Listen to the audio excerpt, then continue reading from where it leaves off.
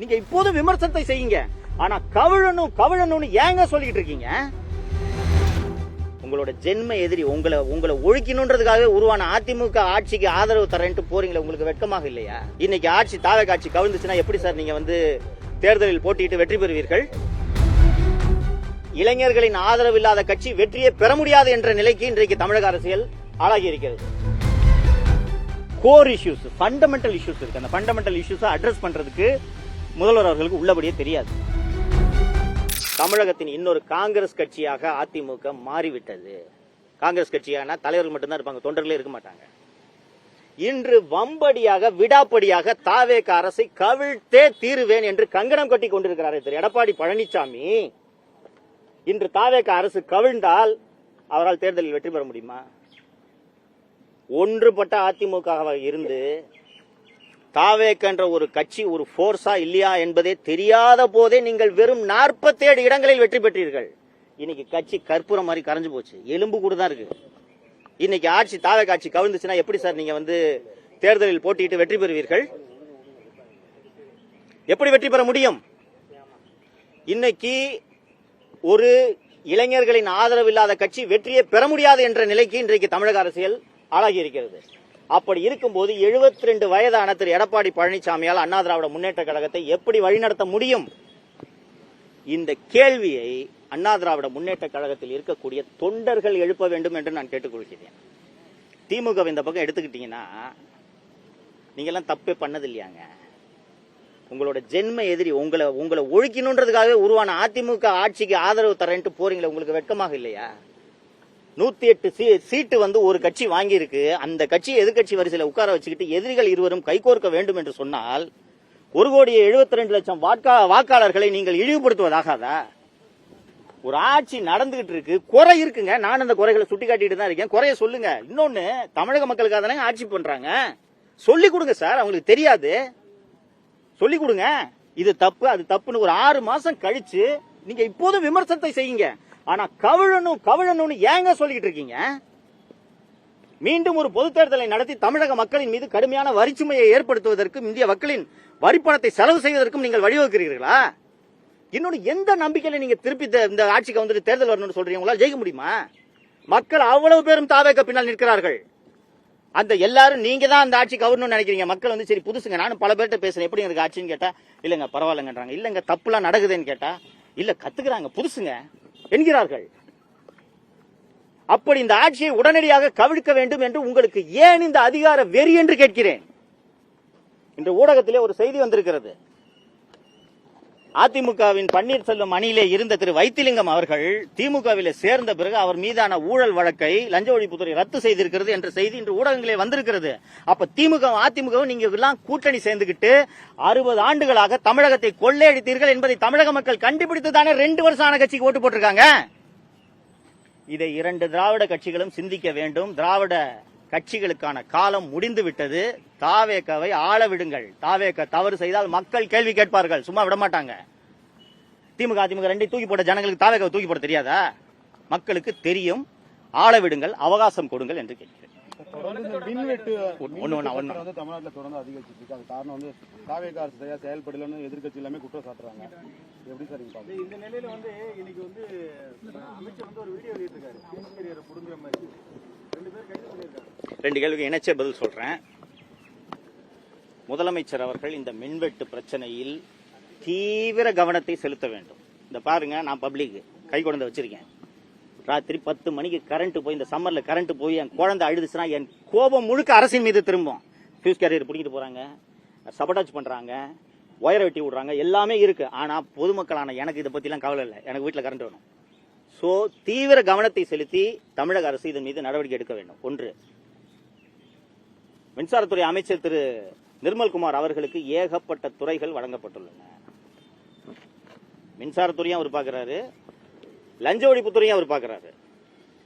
லஞ்ச ஒழிப்புத்துறைக்காக மட்டும் பிரத்யேகமாக ஒரு அமைச்சரை நியமித்து 24 மணி நேரமும் இயங்க வேண்டிய அளவுக்கு திமுக ஆட்சியில் ஊழல் நடந்திருக்கிறது. அந்த துறையும் அவர்கிட்ட கொடுத்துட்டு மின்சாரத்துறையும் அவர்கிட்ட கொடுத்துட்டு இருக்கீங்க. நான் ஏற்கனவே நேற்று ஒரு பத்திரிகையாளர் சந்திப்புல சொன்னேன். கிட்டத்தட்ட 10 ஆண்டு காலம் அதிமுக ஆட்சியில் சுகாதாரத்துறை செயலராக இருந்து கொள்ளையடித்தவர் தான் ராதாகிருஷ்ணன் ஐஏஎஸ். அதற்கு பிறகு திமுக ஆட்சியில் 1 வருடம் சென்னை மாநகராட்சி ஆணையராக கொள்ளையடித்தார்.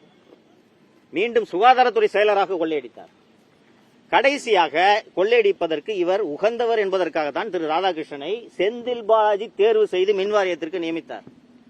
அவரையே அங்க தொடர வச்சுக்கிட்டு நீங்க என்ன சார் மின்சாரத்துறை நிர்வாகம் பண்ண போறீங்க? அண்ட் அவரு நண்பர் கேட்டாரு, இந்த அமைச்சர் வீடியோ வெளியிட்டிருக்காரு. இது நடக்குது. நான் ஏற்கனவே சொன்னதோட தொடர்ச்சி தான். இந்த ஆட்சி நல்லா இருக்க கூடாது, நாசமா போகணும்ட்டு திமுக விரும்புது, அதிமுக விரும்புது. பண்ணுவாங்க, பியூஸை பிடிங்கி விடுவாங்க, ஒயரை கட் பண்ணி விடுவாங்க, மின்வாரிய தொழிலாளர்களை தூண்டி விட்டு வேலை நிறுத்தத்தில் ஈடுபடுவார்கள். இதெல்லாம் சமாளிச்சுதான் அவனு முதல்வர். இதுக்கு தான் அவருக்கு அவகாசம் கொடுக்கணும். புரியுதா? இதெல்லாம் பண்ணுவாங்க. இந்த திமுக அதிமுக 2 பேரையும் சகிச்சுக்க முடியல. நீங்க வந்திருந்தா பரவாயில்லைங்க, நான் வந்திருந்தா பரவாயில்லைங்க. எவனோ ஒருத்தன் சினிமா நடிச்சிருந்தவன் வந்து உட்கார்ந்துட்டு இப்படி எப்படிங்க இதை சகிச்சுட்டு இருக்குது, அவனை ஆட்சி நடத்த விடாம நாசம் பண்ணலாம். இப்படி இது நடக்கிறதுனால கரண்ட் போய் நாம தான் கஷ்டப்படுறோம். நாம அதை புரிஞ்சுக்கணும். இதை நம்ம எல்லாரும் சேர்ந்து கண்டிக்கணும். ஓகேங்களா? சாப்பாட்டாச்சு நடக்குதுங்க. பீச பிடிங்கி விடுறது, குறிப்பாக சென்னையின் புறநகர் பகுதிகளில் வேண்டுமென்றே மின்சாரத்தை இணைப்பை துண்டிக்கும் வேலை நடந்து கொண்டிருக்கிறது.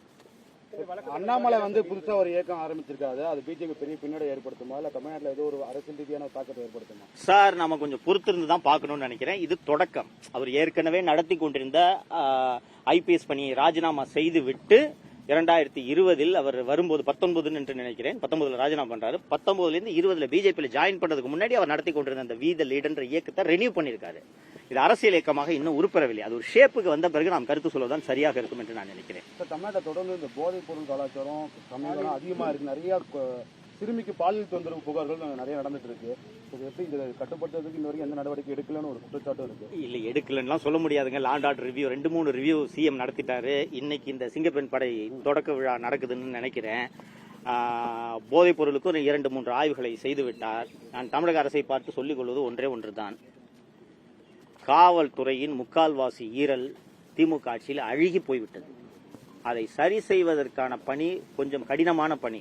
முதல்வர் அதில் தீவிரமாக கவனம் செலுத்த வேண்டும். போலீஸ் டிபார்ட்மெண்ட் பிடிச்சு ஒரு உழுக்க வேண்டியது. அதாவது என்னன்னா, மேல தலைமையை மாத்திருக்காரு, கீழே புறையோடி போயிருக்கும் அந்த ஊழல் அப்படியே இருக்கிறது. போதைப் பொருள் கடத்துபவர்கள், சட்டவிரோத செயல்களில் ஈடுபடுபவர்களோடு இன்னும் கீழ்மட்ட காவல்துறையினர் கரம் கோர்த்து கொண்டுதான் இருக்கிறார்கள். அதை சரி செய்வதற்கான வழிமுறைகளை முதல்வர் அவர்கள் கண்டறிந்து செயல்படுத்தினால்தான் இந்த அளவுக்கான சேஞ்சஸ் வரும். இல்லனா நீங்க மேல டாப்ல 2 பேர் டிஜிபி மாத்துறீங்க, கமிஷனர் மாத்துறீங்க, இதெல்லாம் மாத்தீங்கன்னா கீழே இருக்க அதே ஆள் தான் இருக்காங்க. இப்ப நீங்க ராம்ஜிநகர் ஸ்டேஷன் எடுத்தீங்கன்னா போன வருஷம் 6 மாசம் முன்னாடி இருந்த அதே இன்ஸ்பெக்டர் தான் இப்பவும் இருப்பாரு. டவுன் ஸ்டேஷன் இன்ஸ்பெக்டர் பாத்தீங்கன்னா அதே இன்ஸ்பெக்டர் தான் இருப்பாரு. நீங்க இதை மாத்தாம எப்படி அது சரியாகும்? சோ இந்த சீரமைப்பை துரிதப்படுத்த வேண்டும் என்று நான் கேட்டுக்கொள்கிறேன். இப்போ காவல் நிலையத்தில் ஆள் பற்றாக்குறை இருக்கிறதுனால பெரிய அளவுல பாதிப்பு ஏற்பட்டு இப்போ அதை பத்தி எதுவுமே கன்சிடர் பண்ற மாதிரி பண்ணுவாங்கன்னு நினைக்கிறேன். நான் ஏற்கனவே சொன்னது மாதிரி புதியவர்கள் கற்றுக்கொண்டிருக்கிறார்கள். சோ அதனால கொஞ்சம் நாம் அவர்களுக்கு அவகாசம் கொடுக்க வேண்டும் என்று நான் நினைக்கிறேன். ஆள் பற்றாக்குறை உட்பட இன்னும் நிறைய பிரச்சனை இருக்கு சார் போலீஸ் டிபார்ட்மெண்ட்ல. இன்னைக்கு நடக்கக்கூடிய லாண்ட் ஆர்டர் இஷ்யூஸ்க்கு பெரும்பாலான issues core issues, fundamental issues இருக்கு. அந்த ஃபண்டமெண்டல் இஷ்யூஸை அட்ரஸ் பண்றதுக்கு முதல்வர் அவர்களுக்கு உள்ளபடியே தெரியாது, என்ன இஷ்யூன்றதே தெரியாது. ஃபர்ஸ்ட் இது வரைக்கும் இஷ்யூவே ஐடென்டிஃபை பண்ணல. சோ நல்ல அதிகாரிகள் நியமித்திருக்கிறார். அவர்கள் துணையோடு இந்த அடிப்படையான ஃபண்டமெண்டல் இஷ்யூஸை கண்டறிஞ்சு அதை கலைந்தால் தான் இந்த சட்டம் ஒழுங்கு பிரச்சனையை நீங்க சரி பண்ண முடியும். நீங்க நைட்டு பெட்ரோல, அதாவது பைக்ல ஜீப்ல போறதுக்கு பதிலாக போலீஸ்காரங்களை ரோட்ல நடக்க விட்டா குற்றம் குறைஞ்சிருமான்லாம் இல்ல. ஜீப்லயாவது வேகமா போகலாம், நடந்து போனீங்கன்னா அடுத்த தெருக்கு போய் கிரைம் பண்ணிட்டு போயிடுவாங்க. சோ ஃபண்டமெண்டல் சேஞ்சஸ் பண்றதுக்கான வழிமுறைகளை முதல்வர்கள் கண்டறிய வேண்டும். இந்த ஒரு மாசத்துல ஒரு மன அழுத்தத்துல இருக்கதா சொல்லி காவல்துறை அதிகாரி சொல்றாங்க. குறிப்பா அந்த வார விடுமுறை கொடுக்கணும், ஆனா இது வரைக்கும் அது காவல்துறை யாரும் கொடுக்கல. பணி சுமை அதிகமா இருக்கு, அதனால அந்த பேர் தற்கொலை பண்ணி சூழ்நிலை ஏற்படுதுங்கிறாங்க. இதுக்கு எந்த அரசு நடவடிக்கை இருக்கு? மகேஷ்குமார் அகர்வால் என்ற ஒரு அற்புதமான அதிகாரி தமிழக காவல்துறையின் தலைமை இயக்குநராக வந்துள்ளார். நீங்கள் சொல்ற இஷ்யூ உட்பட எல்லா இஷ்யூவையும் அவர் அட்ரஸ் பண்ணுவார் நம்பிக்கை எனக்கு இருக்கிறது. நீங்க சொல்றது காலங்காலமாக இருந்து கொண்டிருக்கக்கூடிய இஷ்யூ, இதையும் அட்ரஸ் பண்ணுவார். பட் அதை விட ரொம்ப முக்கியம் இன்னைக்கு கிரைம் பிரிவென்ஷன் அண்ட் டிடெக்ஷன். ஓகேங்களா? ஃபர்ஸ்ட் நம்ம நல்லா இருக்கணும், அப்புறம் தான் காவல்துறையினரோட நலனை பத்தி பேசணும். ஓகேங்களா? அதனால ஃபர்ஸ்ட் இதை சரி பண்ணணும். மக்களுக்கு ரோட்ல போகும்போது எனக்கு என் பொண்ணு போயிட்டு வீட்டுக்கு பத்திரமா வருமானு ஒரு தாயோ தகப்பனோ அஞ்சுனோம்னா அது என்னங்க சமூகம்?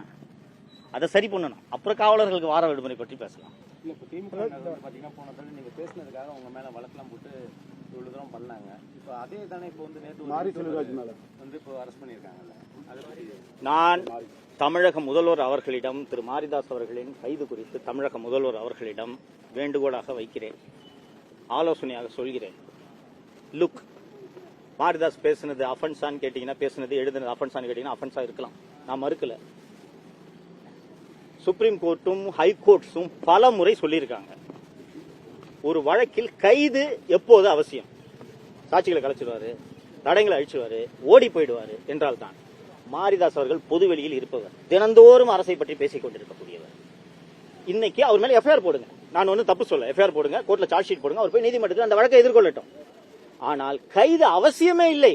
திரு மாரிதாஸ் அவர்கள் நான் ட்விட்டர்ல எழுதுறது நான் இல்லைங்க, என்னோட குளோனுங்கன்ட்டு மறுக்க முடியுமா? முடியாது. அப்புறம் எதுக்கு அரெஸ்ட்? கூட இருக்கிற அதிகாரிகள் அல்லது அமைச்சர் பெருமக்களே சில பேர் தாவேக்கவினரே தூண்டி விடுவாங்க, அண்ணா தூக்கி உள்ள வச்சாதானே பயம் இருக்கும் அப்படின்னு. ஆனால் மக்கள் அரசை எதிர்த்து மாரிதாஸ் அவர்கள் பேசுவதால் தான் கைது செய்யப்பட்டிருக்கிறார் என்றுதான் பேசுவார்கள். இப்படி என்னையும் மற்றவர்களையும் கைது செய்ததற்கான விலையை மு.க. ஸ்டாலினே கொளத்தூரில் கொடுத்தார் என்பதை முதல்வர் அவர்கள் நினைவில் கொள்ள வேண்டும் என்று சொல்லிக்கிறேன்.